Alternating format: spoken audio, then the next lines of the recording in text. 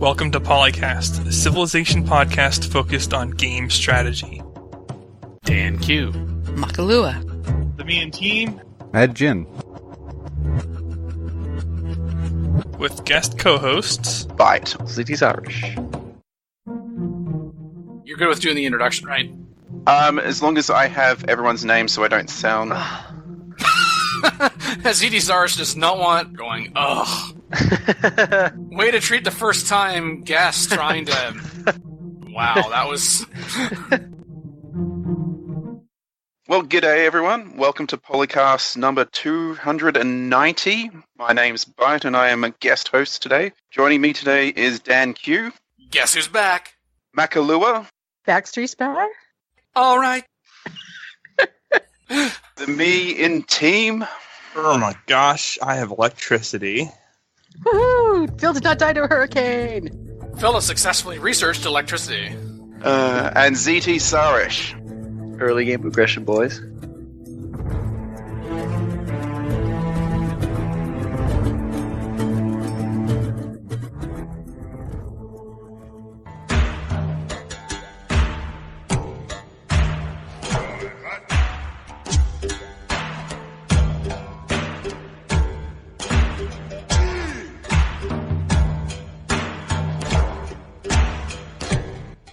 Great scientists in Civilization 6. Rating them, and I realize rating them is not the same as ranking them, but I kind of have to do that because that's just me. That's how I roll.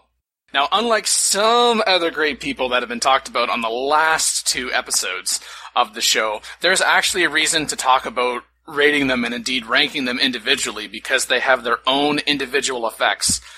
In terms of rankings, I think about a couple of things when it comes to great scientists. One, and this is not necessarily in order of importance, but the first thing I look at is an era. I know there are advanced starts people out there, so you're not going to see some of these people, or you would rank something maybe a little higher than I would, but to me, the earlier the better. Number two, it is something specific. We tie a specific value to some particular thing. So when it comes to all of those, hey, you get a bunch of Eureka bonuses for X number of technologies in a particular era, yeah, I generally rank those lower, not because they're bad, but simply because I don't have as much control over that. If we were able to choose perhaps the Eurekas, or it was somehow tied to what we were already researching, that would be very, very, very nice. With that said, I am going to rank in first place Hypatia. You instantly build a library in this district. Libraries provide +1 science. So for me, I look at that great scientist. It's coming around typically when I'm working on my second campus. Second campus is being constructed, or it's about to be constructed. I'm watching that great person screen, and oh, I'm going to get this individual. So I send my great scientist to the campus that already doesn't have a library in it. Even if that means a few turn delay, that's fine, because it's probably going to take me more than a few turns to construct a library otherwise, and even if I have enough gold to buy a library, I'm probably thinking about some kind of military units to go squash barbarians or some other such. But the library is providing +1 science that early on, which is then replicated with any other library that you construct in any other campus district across cities that you build and or capture. Awesome. Yeah, I agree with you. Completely agree with you. I don't, but it's fine. I'm hoping number 2 is Isaac Newton, because that's the university version. Oh, yes. Yes, Isaac Newton is the second version. You instantly build a university and a library in this district, and universities provide +2 science, available in Renaissance. There's also a closely related one for additional science output coming in the modern era, which is Mr. Einstein, where universities provide +4 science, although quite frankly, because it's later on, the +4 science is nice, don't get me wrong, but if I miss out on Hypatia, I will be really disappointed if I miss out on Isaac Newton as well. They're powerful enough for when they appear in the game, and there's enough of an additional output, particularly you're thinking, well, Dan, Modern Era, that's kind of late in the game. Yeah, but that's universities you already have, and that's +4 science. So if you have half a dozen cities, wow, there's 24 additional science. That could be a 10, 15, 20% boost to your science instantly, the output that you were doing otherwise, just as a result of getting and then activating this great person. It is true, you don't necessarily go ahead and construct a campus in every single city, but when Hypatia appears in the game, all of my cities are going to be having a campus. And typically, if they're not the first build, then they're the second after a commercial hub. Knowing that I get that instant boost with the library, plus then that's going to continue carrying on for the rest of the game over how many turns are left. So you think about how much science over the course of the game, however many turns you multiply that out, that's a considerable amount.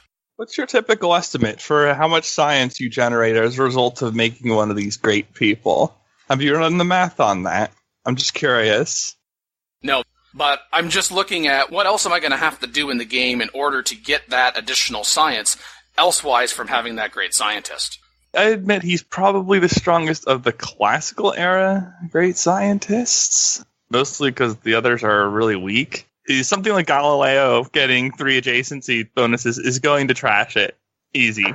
So let's pretend you're getting like, I don't know, 5 to 10 science per turn for like 100 turns. Yeah. You're getting maybe 500 science if you're doing that. And that is somewhat front-loaded, so that's helpful. But compared to like getting all Eurekas for Modern Era or just a flat amount of science from something like Charles Darwin or Galileo, which you can get a lot of science very quickly off that, it's going to be pretty difficult, actually, because you still have to make those libraries and those campuses, which means they're not instantly available in every city. So you're making a pretty positive estimate to get 500 science off of these guys in a meaningful time frame of the game. It's still good, but I just could not put that near the top. Something like Space Race Project production is pretty huge. I mean, if you are attempting that, it's pretty hard to match that utility because you're really bottlenecked there on the hammer side or cog side of things. I guess I kind of look at someone like Galileo, so people listening, I'm sorry, what does this person do again? You're getting 250 science on standard speed for every adjacent mountain tile, and let's, of course, I think someone also mentioned Darwin, where you're getting 500 science, again on standard speed for every natural wonder tile here or adjacent. At the particular point that I would perhaps see Galileo or Darwin, I look at how much science output I am doing, and I think, okay, well, at this point in the game, that comes down to the equivalent of 3 turns worth of science. And it very much depends on not only when they appear in the era, and I think Galileo is definitely better than Darwin, because you're almost certainly going to have some decent mountain tiles that you're going to be able to go to. Yeah. As opposed to perhaps a natural wonder. Galileo came a little earlier, or I was able to push through, like just barely get into Renaissance, and then that becomes the next great scientist that becomes available, then wow, maybe that's the equivalent of 10 turns worth of science at that point, as opposed to a handful. You're still talking, you're getting science or you're getting science. Oh yeah, absolutely. If you're able to get 500 or 750 science standard speed, you back adjust all of that for online. If you're able to get that much, it's pretty challenging to overtake that with most of the other options. It's the earlier eras for them, plus the ability to plan for them. Because it's like, oh, well, I do have mountains, and oh, look where Galileo has actually spawned, for example. Okay, so how many turns is it going to take me to get over there? Oh, okay, now I can go ahead and I can certainly do that, and then I'll take that benefit from it, but I think, okay, kind of the mid-later point of the game, I've shaved 6 turns, maybe, off of whatever it is that I'm currently researching, whereas I can snowball effect and have Hypatia, Albert Einstein, Isaac Newton, some combination of those 3, and I know that they're going to be giving me something instantly when I activate them, and I'm going to be activating them more quickly probably, because they're not going to have to travel as far, probably. But you're absolutely right, it is difficult, even when you're comparing the great scientists, there are still a lot of situational things that come around. Okay. And I think you're overrating per turn stuff. I mean, this was a common mistake in Civ 4 as well. I mean, they're not bad, but you're overrating the per turn stuff. And I think you're overvaluating the full science that you get, because at the point that Galileo and Darwin would come around, 2 or 3 turns. You can almost guaranteed get at least 500 from Galileo. And not only can you almost guaranteed get that, it's still relevant in the Renaissance era. And it's probably more than you're ever getting from Hypatia. So the only case you can make is that the several hundred science you're getting sooner from Hypatia is worth it because it's available sooner. So many of these games close out early. You're getting this, whether the game goes long or not, right? Yeah, that's true. That's the kind of nice point. It's like, oh, I want to close this out by Renaissance. Well, if you're doing that, though, I'm not sure that great scientists are in the cards for you. You're probably building generals. Like if you're going for like a projects. build where you go up to that and then you switch full on to war after that, or I guess. But if I you're don't doing know like if an that's a all in thing, like that, I would like I would definitely like Eureka's if you're going all in on particular unit. Unless you're I going agree with late. you. See, I'm with Dan here. I don't like random Eurekas. I don't like just the surprise. Oh, what am I going to get? Oh, it's not something I'm going to get, or it's something I was probably going to get the Eureka for anyway. So it always feels a bit whenever I get a bonus Eureka thing from a great scientist or a goody hut or something. Well, it depends on the scientist, because there's a difference between like one random or two random technologies from this era and like all the technologies in this era, or you have one guaranteed like chemistry or something, and you know you can get it. So yeah, I mean there are definitely differences between the Eureka-based scientists as well. Speaking of other great scientists, though, I would put Alfred Nobel next. Yeah, he is in the modern era. Yeah, there's this trigger Eureka moment for one random technology for the modern and atomic era. But then you're going to get 20 free great person points towards recruiting all current and future great people. Now, you might be saying, now, Dan, at this particular point in the game, is that 20 really going to give you that much of a competitive advantage? Well, at that point, there's probably very few left. Great people. Like, if this was just for 20 free, great scientist points, I wouldn't rank it this high. But this is all great people. That could give you that little bit of boost that you need, along with everything else that you're doing in terms of the great person output, to actually get some of those last few great people, great engineers, for instance, or if you're going culture, like a great musician or a great artist or something like that. And then, of course, there's the information era. I love you, Space Race Project. Yeah.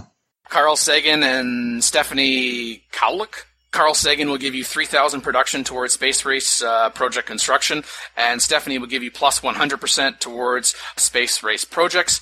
I could see arguments for interchanging between would you put Carl before Stephanie or Stephanie before Carl, and I'm going to put Carl ahead because that's 3,000 production.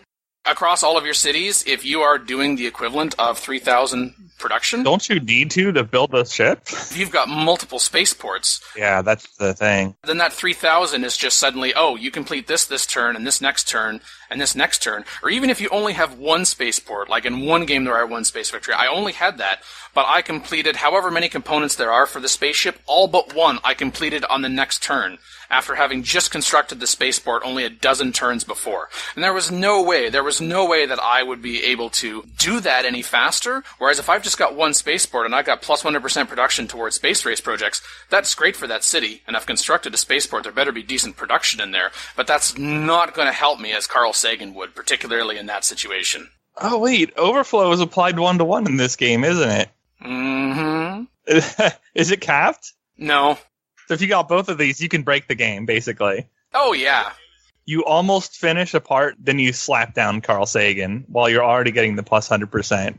My God, that's broken. And of course, if you're listening to this and you're thinking, but Dan, I never go space race, I wouldn't rank this high. Well, of course, that's understandable. I've only got a culture victory incidentally. Oopsies. That's because I was going for conquest, and I swore. The thing is, I already had a domination victory. I was trying to avoid culture, but anyway. All hate mail. Mary Leakey in the atomic era. Your artifacts in all of your cities generate 300% of the normal tourism. You gain 350 science for every artifact in this city. At 300% of the normal tourism? Wow, when you're trying to attract tourists to your land at the expense of others, assuming, of course, that you have a decent amount of artifacts, whatever that happens to be, depending upon your map size and your opponents, or etc. But at that particular point, that sounds pretty dang powerful, if you were going for this thing called a cultural victory. It does seem with the culture victory that whenever I've got it, it's always been surprise. Oh, I was going to win anyways. Well, it's not like the game tells you the rules about it, so that's part of the problem. There's some major missing information on the details of attaining this victory condition. That's true. And I hate that. Elsewise on the great scientist list, Abu al-Qasim al-Zahari. Abu al-Qasim al-Zawari? You were very close. Ish. Very ish. Abu has a passive effect and a retire effect. So the passive effect is bonus healing for the player's units within one tile. Retire. Triggers the Eureka moment for one random technology from the medieval or Renaissance era. Wounded units can heal plus 5 hit points each turn. I point this out more about as its uniqueness, where it's got this passive ability and the retire ability. It sounds really nice, but in effect, how good is that really going to be? +5 hit points each turn. Comes in the medieval era. It's not bad, but it's certainly not as good as the science ones that we've been talking about, or the space race runs, and questionable even with regards to the culture ones. It's like a scientist you would fish for in a domination game on a slow speed. Healing is kind of slow, and +5 isn't impressive enough for me to want to rate it really high. But when you're going to be using units for a long time, I could see it. But yeah, we're getting out of the good stuff now. Oh, definitely. Aside from the fact that you're underrating some of the Eureka ones that are actually good. Janaki, Amal, gain 400 science for each rainforest tile here or adjacent.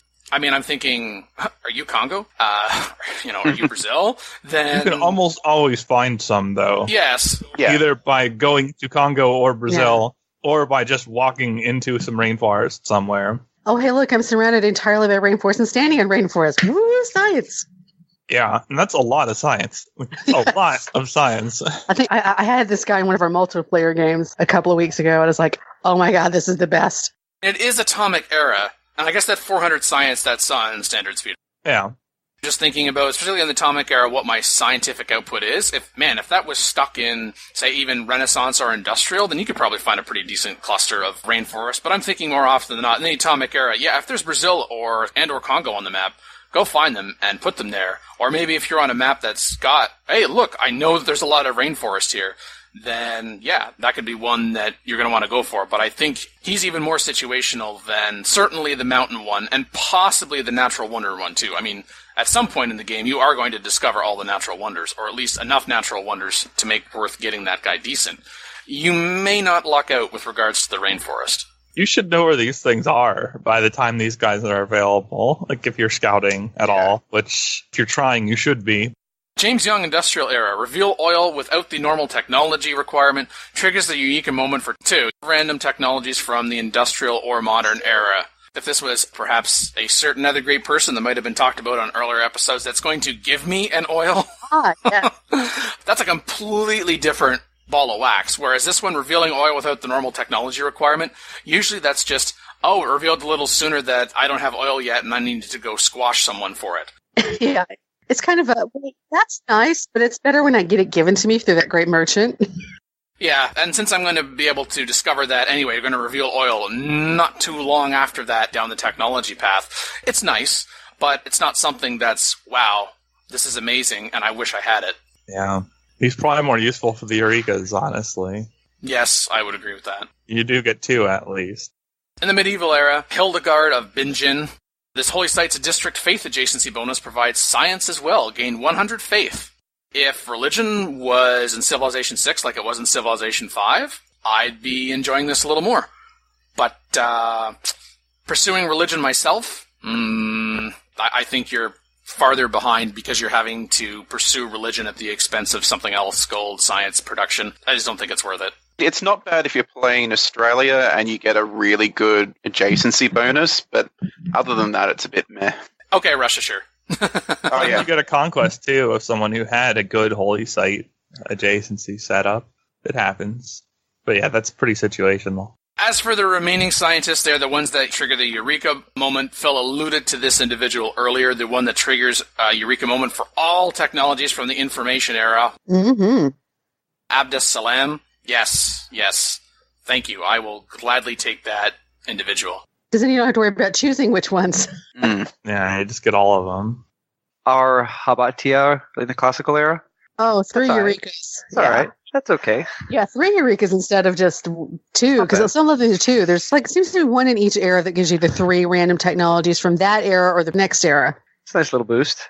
It depends what you've researched already, too, because you can greatly increase your odds of getting Eurekas towards something useful if you've already gotten Eurekas that are available to you and you've cleared out the cheaper techs for one reason or another. That's true. Not all Eurekas are equal. Yeah.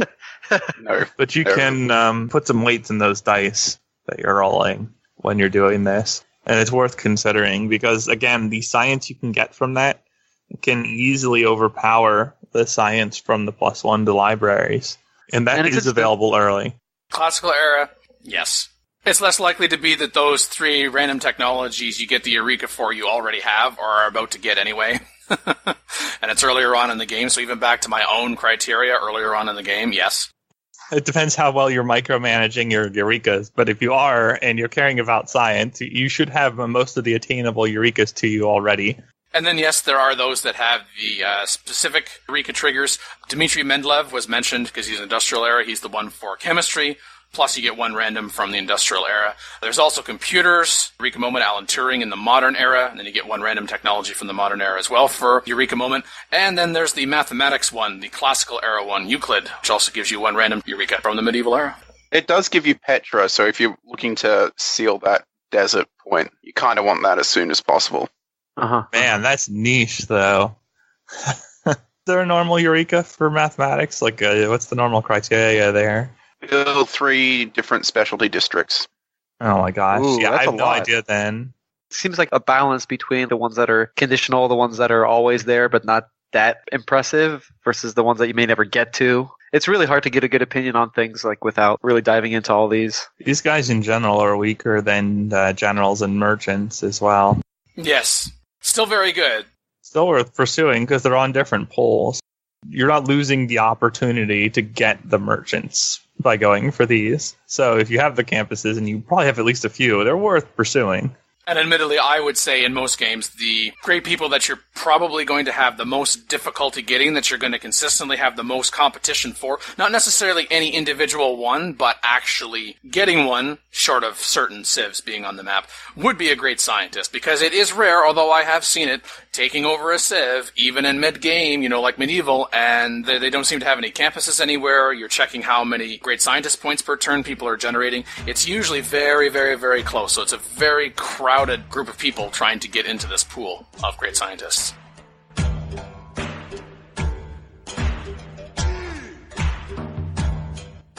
Why do trade routes not directly benefit the receiving civ?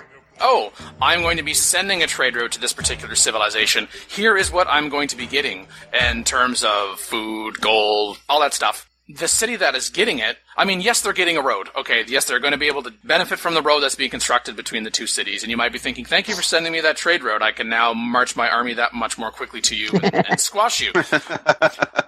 But the trade route itself, in terms of what the trader is actually doing, unlike, say, in Civilization 5, where the receiving civ also received something, and no, I don't think it should be just as good or certainly not better than the person who sent the trade route, because you went to the effort to send it, and you've got to protect it. But there's no reciprocation. What's going on? Maybe they don't want to disincentivize international trade routes even further by having it benefit your opponents. Yeah, because generally, if I'm having to send trade routes, I'll pick city-states or the human players I'm cooperating with. Because I still have that mindset from Civ 5. I don't want you to get additional science or gold or culture or what have you from this trade route so you can get stronger faster. I'm going to send it to people who can use it or won't be trying to take me over. Yeah, although it's nice to build roads to your enemy. Yeah. But that's because they're not getting benefits from you doing that. Yeah, it's hard to get used to that, like, after playing Civ 5 for so long, for sure. Yeah. I would just make the argument that some kind of calculation based on the direct benefits, so those absolute output. Every single turn, you're getting X number of gold. Okay, so maybe, as an example, if you are the sending civ, I'm going to get 4 gold a turn from that. The receiving civ gets 1. And that could be a combination of distance and the size of the city and what's already in the city. Like, for example, it would make sense that if you're sending a trader to a city that has a commercial hub, that receiving civ should be getting more gold than a civ that does not have a commercial hub in that receiving city, because it's, there's all this gold. What are we supposed to do with that? Here, talk to the merchants. They know what to do with that, and off it goes. You're basically saying that we should nerf international trade routes, and I disagree. We should not nerf international trade routes. Well, international trade routes are like less stable, right? So you want them to be worth more, in my opinion. Yeah, they are less stable. And right now, because of the benefits you get from the food and hammers, especially the hammers, unless you're getting something really juicy. But if your opponent is then also being conferred that benefit, and in a normal Civ game, they're all opponents. It's not like our turn-cast co-op stuff. It makes it even harder to justify using the international trade route for anything other than just building a road to somebody that you intend to slaughter. I feel like that should not be your sole consideration of when you ever do it, is that or like a city-state quest. To me, I want to be making an evaluation of the trade-off. Well, of course.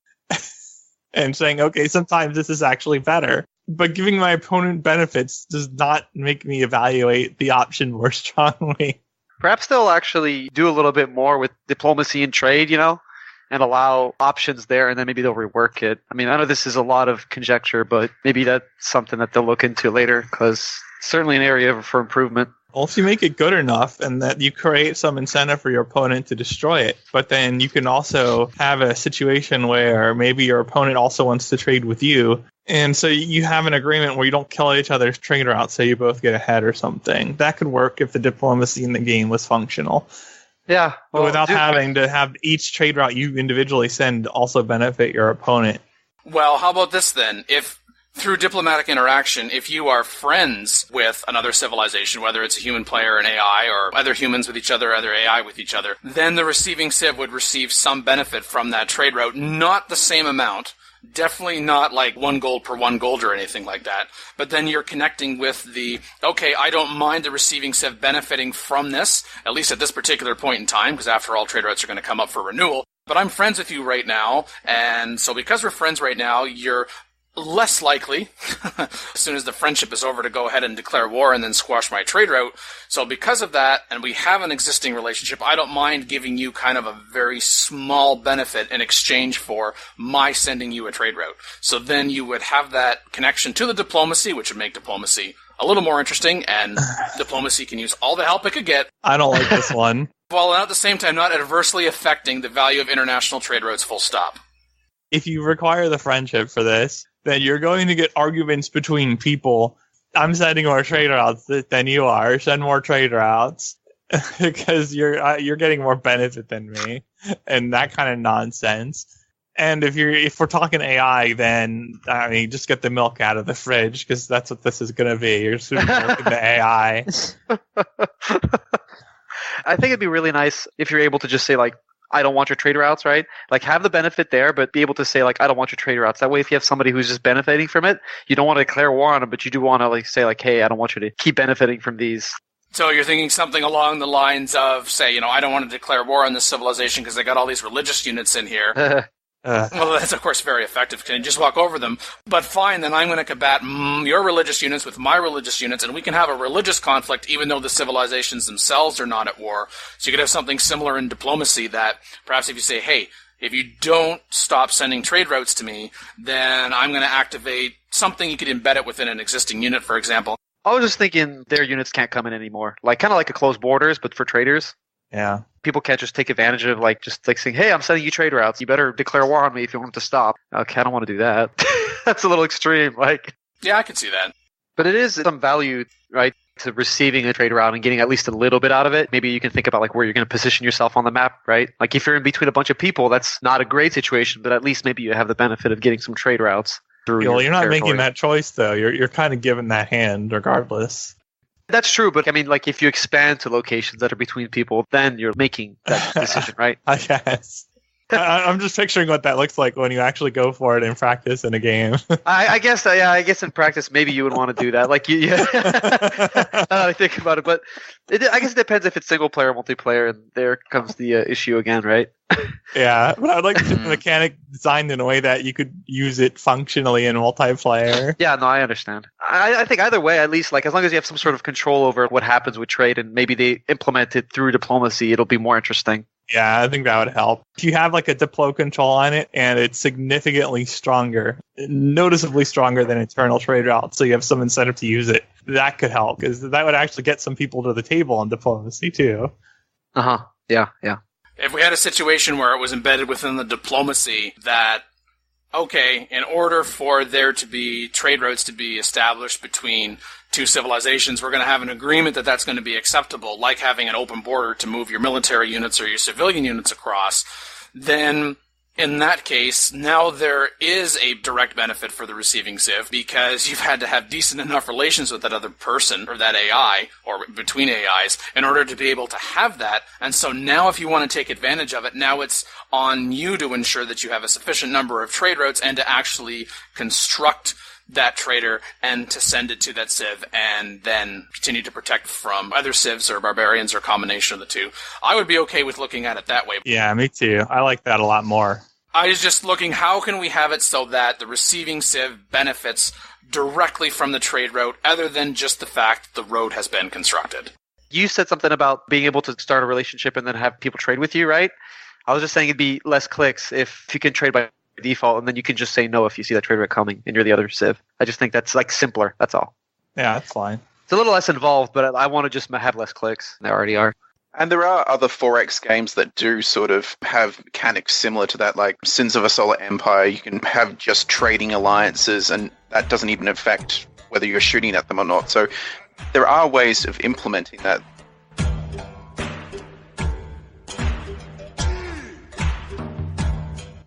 Mid to end game bland by getting fat on CFC here.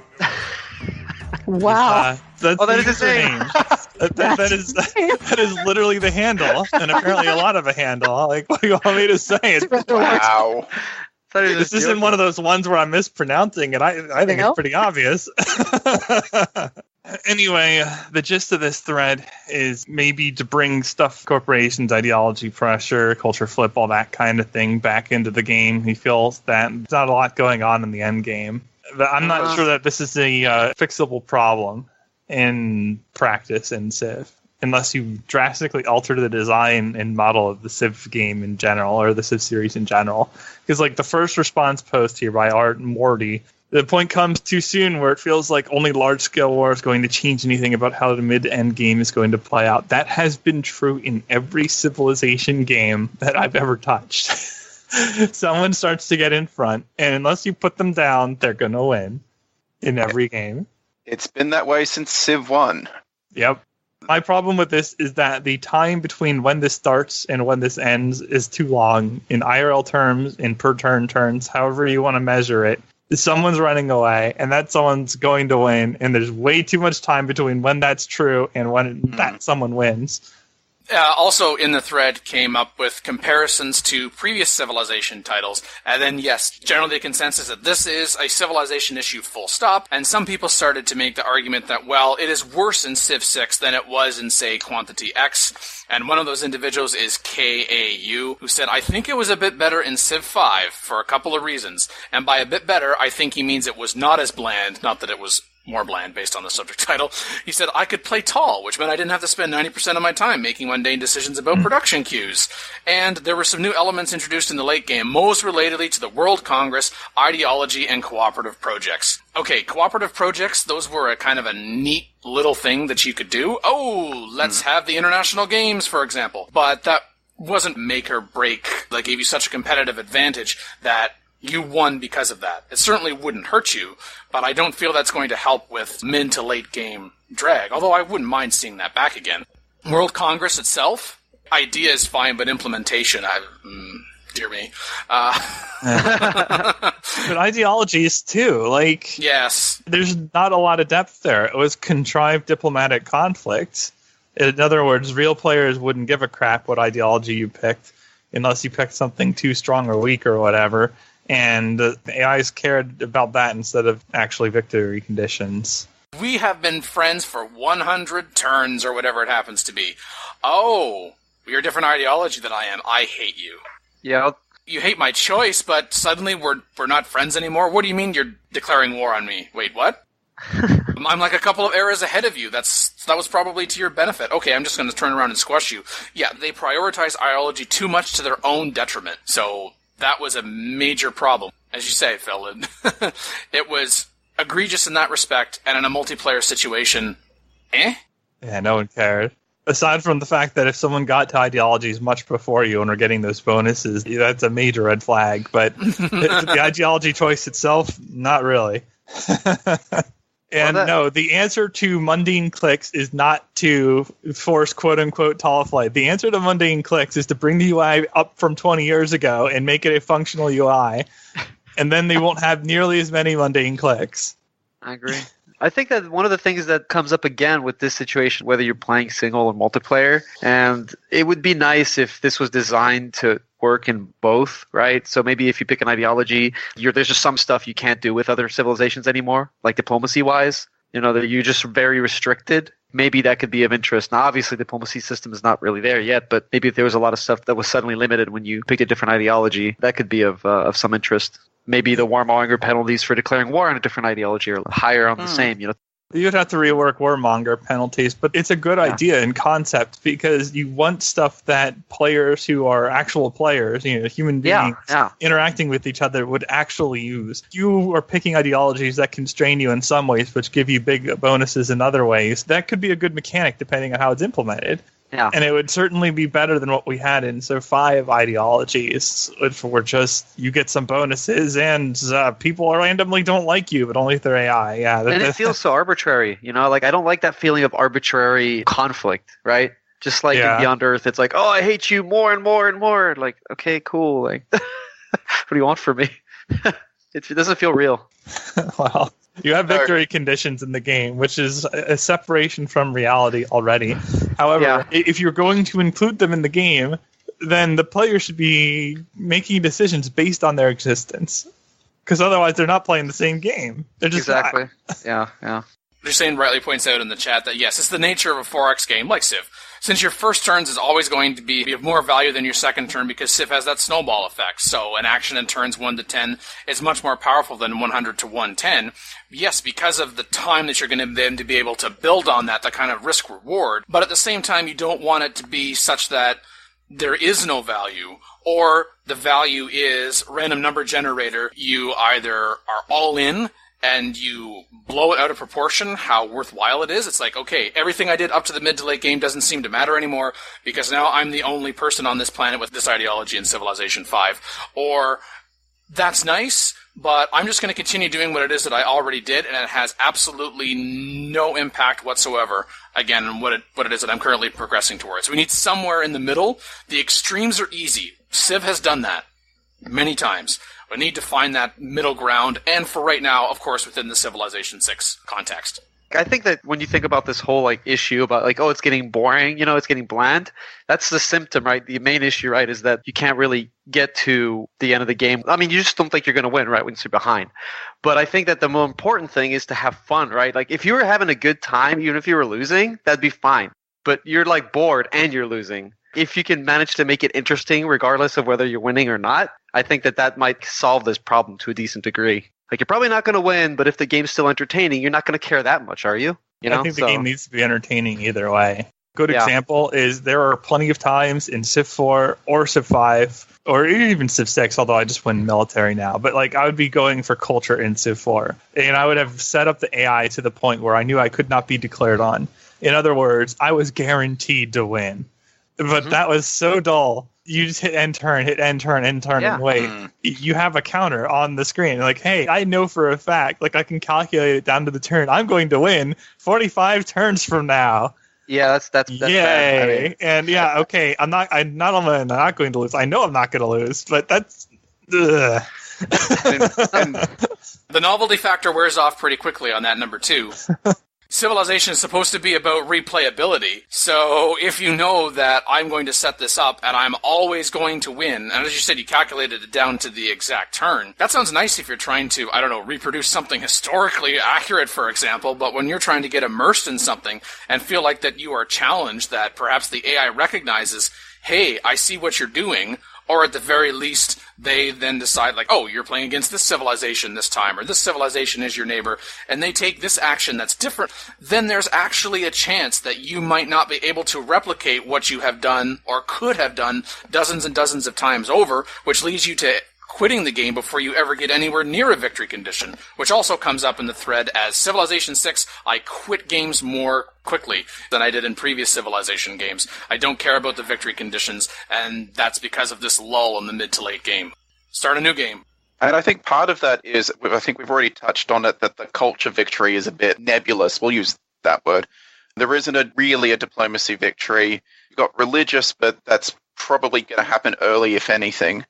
So at the end, it's really science or military, and so you're probably just going to beeline into one of those, and that's not going to be interesting if you're doing that every game.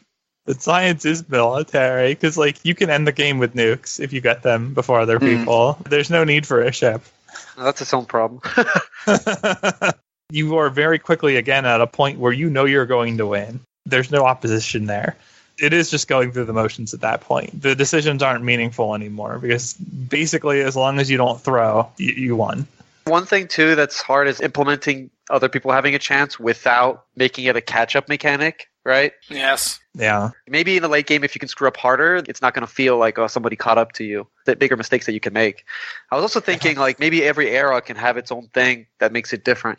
I think that would help, too. Keep it interesting. Well, you just say you don't want catch-up mechanics, but if they're implemented correctly, that could actually be one way of doing that. In Civ 5, there were a couple of World Congress things that gave a leg up to those who were a little behind. But, if you formulated it properly, that rubber banding mechanic, it works in other games. It could work here, too. It's worked in Civ before. Civ 5 also had spies, and Civ 4 had spies. And in both of those cases, espionage was a way you could cover ground in science at an abnormal rate relative to your empire's capabilities, especially if you did it correctly. It's not bad as long as it's not ridiculous. Yeah, you could also slow down how hard people can snowball, I guess, but that might make the game boring. Maybe not. It doesn't matter how hard they snowball if the game ends pretty quickly after they do.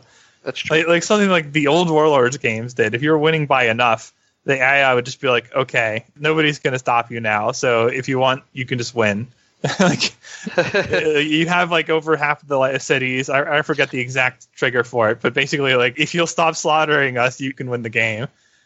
And that's the closest thing you're going to get to a real Diplo win in this game, because that's how you win quote-unquote diplomatically in multiplayer. Everyone realizes that they can't stop you anymore, even if they all dogpile you, so they just call the game a win for you. That's a Diplo win in my mind, an actual Diplo win. Yeah. It's already happening in Spirit. People are quitting games because they know that the game's over for one way or another.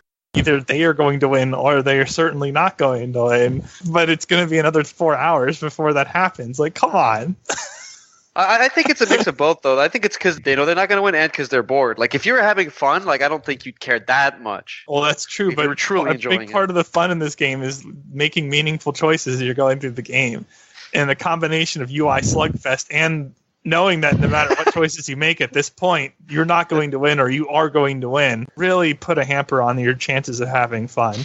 This is in the multiplayer game all the time, because we get to a point where we haven't won, but between the three of us as human players, even if there's just three of us and one runaway eye, we know that we can dogpile it eventually, but we don't want to spend another 3 hours doing that when we could start a new game. Yep.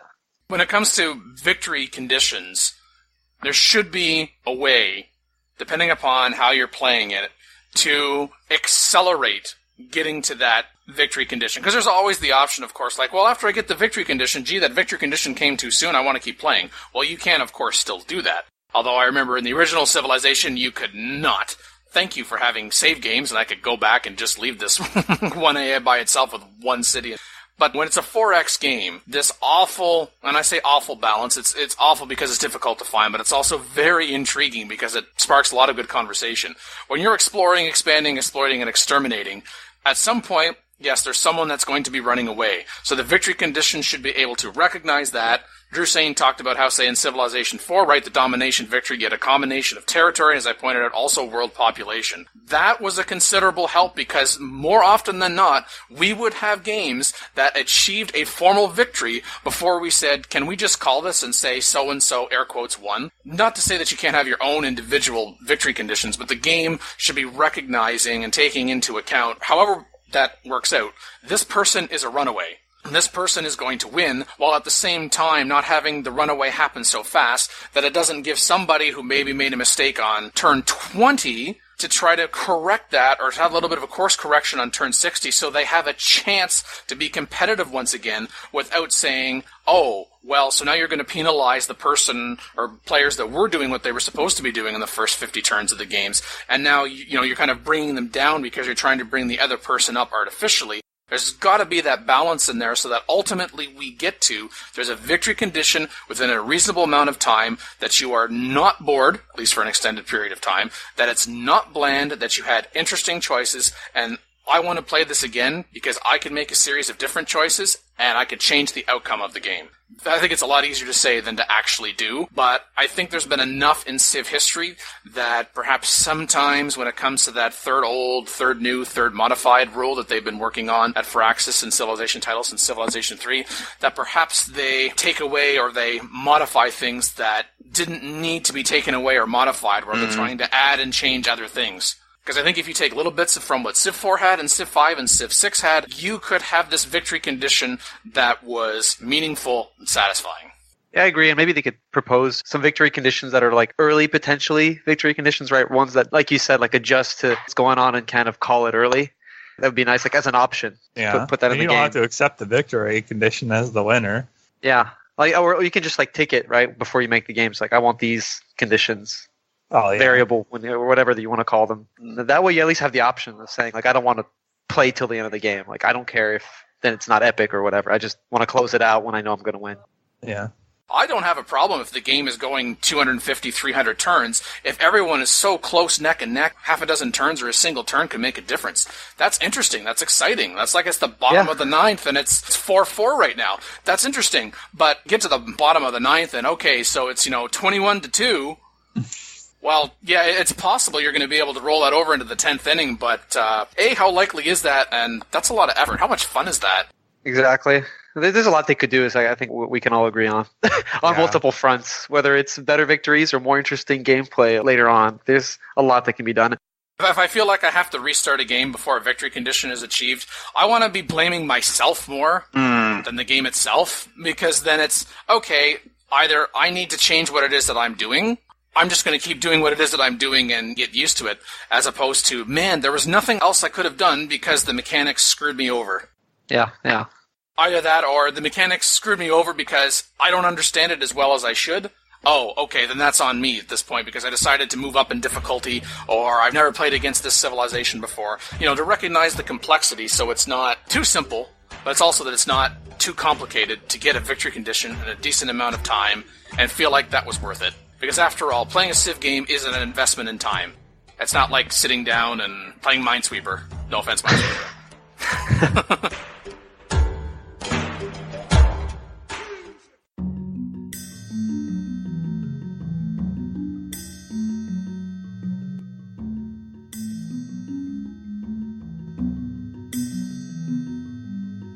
Recorded for episode 288 with Makalua, Mad Jin, Drew Sane, Jonah Falcon, and the Chris D. Fantasy Flight Games has announced that in Q4, that was very specific of them, but a new Civilization-based board game, Sid Meier's Civilization: A New Dawn. Apparently also make an XCOM board game, which is kind of bizarre to me. It's almost a real-time game in which you have a certain amount of moments to do it before the game moves on without you. Oh. Fantasy make a lot of these kind of board games and a lot of tie-ins, like as you can see, the Civ board game. They're also makers of Twilight Imperium. Twilight Imperium 4 was just announced and is released this weekend at Gen Con, I think. And by the way, for those you don't know, there were 2 Civilization games that were released before this one. I remember because I have the original Civilization board game, which came with a metric crap ton of units. Then they slimmed it down. And a lot of people who like these Civilization-type board games usually rave about Through the Ages. I don't know if you've played that. It's one of those games which is an hour per player playing, so it can get to Twilight Imperium length if you let it. Oh, man.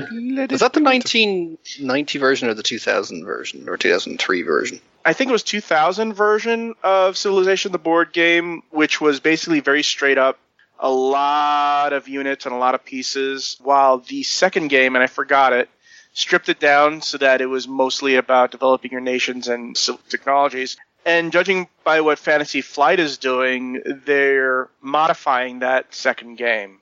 So they're basically turning the Civ 4 version into this now Civ 6-esque version. Yeah, someone in the thread has said it uses more of the Civ 6 graphics, though. So yeah, all of the Civ 6 graphics I've noticed. You have Teddy, you have Kathy, you have Tamiris of all things. I'm looking forward to it because I'm very much into them. Sometimes a little bit more than computer games because you actually get to interact with other people and touch the pieces, while it's kind of hard to pick up pieces in Civilization 6. Yeah. Unless you really want to ruin your monitor. In the future, when you have tables with holograms that are movable. Ed Beach talked about it. The game shares a pre-game map generation mechanic with one of his all-time favorite games, Battleship. And it's true, because all the tiles are like chunky tiles that you randomly put together, so the map can be slightly different. Looks like they're hexagonal pieces that you can rearrange any way you like. Yep. And Battleship's a fun game. Here's the thing about it, though.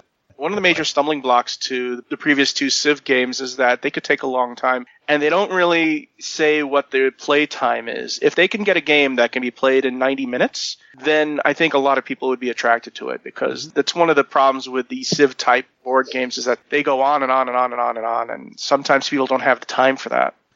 Kids these days. Were the previous ones 4-player games? Because I noticed this one is like almost specifically designed for 4 people. Or at least based on the pre-release photos of mock games in action. So maybe they're toning it down a bit. And maybe the technology is being kind of streamlined, because we noticed that like everyone starts with specific orders of basically certain technologies and civics from the game itself. And so maybe it's the order of those and how you replace and upgrade them over time that makes it quicker. Who knows? It'd be really nice if it's instead of an I go, you go, it's a we go. Everybody does their simultaneous turns in secret. I don't think that's what's going to happen, but that would be a nice little twist to the game. Well, I think how many people can you really get around a giant map? Chances of getting 8 people constantly showing up to be able to do a single game, and then being able to complete that game. It's hard to do that online as it is. Yeah. This is better for being able to do short, quick games, especially with limited like this.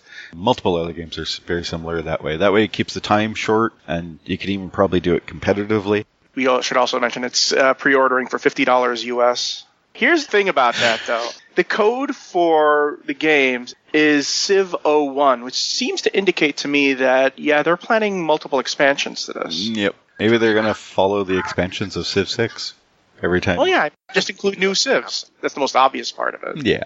They're going to just basically be releasing booster packs of these Civ cards for a $5 in your local game shop. Yeah, possible. The Civs it comes with are the Aztecs, France, Egypt, Rome, America, Scythia, Japan, and Sumeria. You can't really see most of their abilities unless someone else has scans for everywhere else. They're somewhat similar to the main game.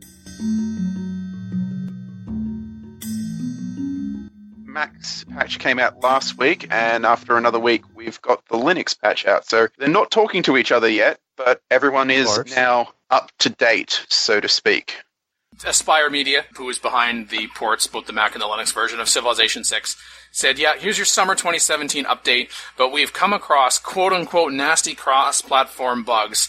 What a surprise. We didn't want to delay the release of the content anymore, so here's the patch, and we're going to continue to work on cross-platform. And I think part of the reason we keep talking about still not cross-platform yet is because we were told from the beginning that was going to be a thing. And, we're almost at a year since Civilization 6 was released. Wow, aren't we old? But, this summer 2017 update, that came out a month and a half ago on PC. Cross-platform was already an issue, and it seemed like my take was that they were delaying the patch to try to get the cross-platform thing working. But if they're talking about nasty bugs, I'm surprised it took them 6 weeks to realize it's so nasty we better just go ahead and release it. But I guess better late than never. From what I can tell, the big issue is that Firaxis and Asper both have to do things to fix this bug, and trying to get that organized is taking longer than I think they'd planned. Some people at Aspire, and actually with that point, there was a comment on the Steam forums by someone from Aspire where they actually laid the full blame on 2K and Firaxis. And I thought, even if that's true, we as the general public don't need to know that that's either your opinion or the fact. Okay, maybe the public doesn't need to know that, but if the tendency is to blame Aspire for the inability to do cross-platform when it's out of their hands, I feel like to some degree they are justified in pointing out, hey, we cannot do this without help from the company that's advertising that this will be available. Like, we're not being given a chance for this one. Oh, I agree they shouldn't shoulder it entirely. It's just the way it was phrased. Like, say, yes, we need to work with 2K and Firaxis, not it's 2K and Firaxis' fault. Blaming the blame game on either Aspire or 2K and Firaxis does nobody any good. I guess not. I'm not convinced, though. Really? I couldn't tell. Well, this is something they've advertised from the start. If they are not putting a serious emphasis on actually delivering that, I think that's good information to know as a consumer. once you've done that publicly, it makes a lot of things more difficult. So, yeah, fortunately for you as well. So, like, it might not have been the best strategic move for Aspire to do it. But as a consumer, I don't mind seeing that because I want to know if it's true, first off, because that would change my opinion pretty drastically as well. But, yeah. There's the truth and there's the whole truth, and then there's what you say, as well as how you say it. Yeah. Maybe part of the issue then is we don't have the cross-platform yet because Aspire, along with 2K and Firaxis, are not getting along with each other. Because if that's what they're saying publicly, then... Well, that's pretty clear at this point. Like, whoa. Yeah. Like, what's going on behind the scenes, guys? Should someone else be doing this? Support the ongoing PolyCast Patreon campaign. Collective achievements. Personal incentives. Month-to-month commitment. For more information, visit thepolycast.net/Patreon. Call in today. In North America, 301-637-7659. In Europe, 44121-288-7659. The only thing worse than being talked about is not being talked about. Log on to the series' official website at thepolycast.net.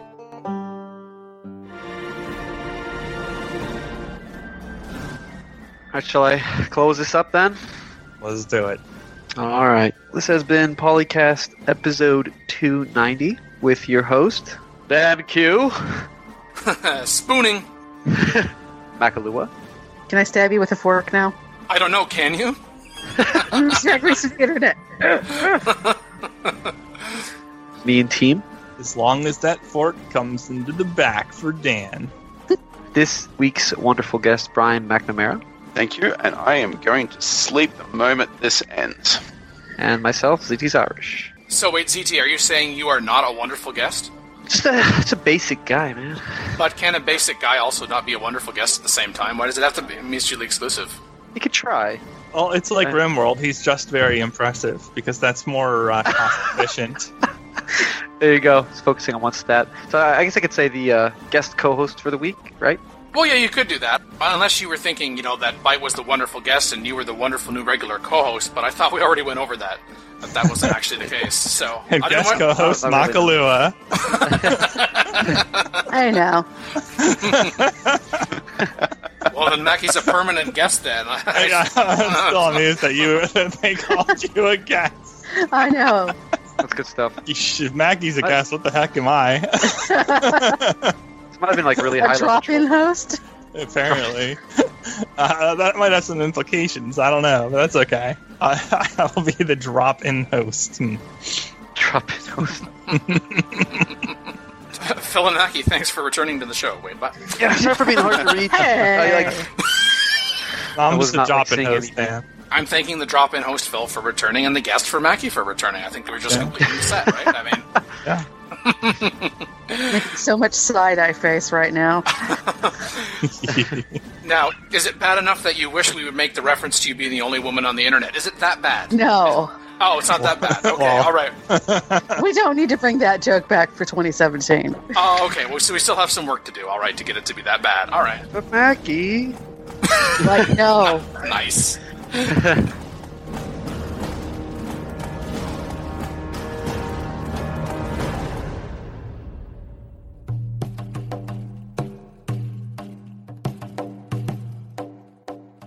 there's how you pronounce Lotfi's username.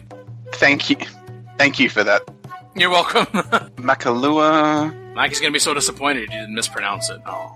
Ah, well, she'll get over it. I'm Australian. Polynesian names are not. Not going to be a problem. No. Okay, so thank you, Makalua. After all that, I stuffed it up again. Apparently really quiet. Oh, hang on. I was about to jump in on you, tell you that. Oh, okay. That should be better now. Should be. I forgot that, yes, once the live stream starts, I have to adjust the audio levels again. Oh, hang on. Oh. There we go. All right, we should be much, much, much better now. Hopefully, nope. What? Nope. Huh. Oh, there we go. I forgot about the delay. Yeah. Yeah. Slight delay. Has to go through the tubes. That were installed by Al Gore. Oh, man. Oh, that's a deep cut right there. There is no segue, so segue.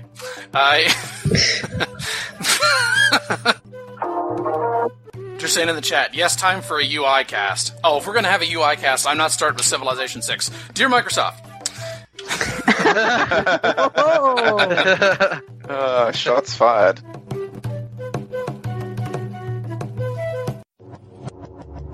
Record date? September 16th, 2017.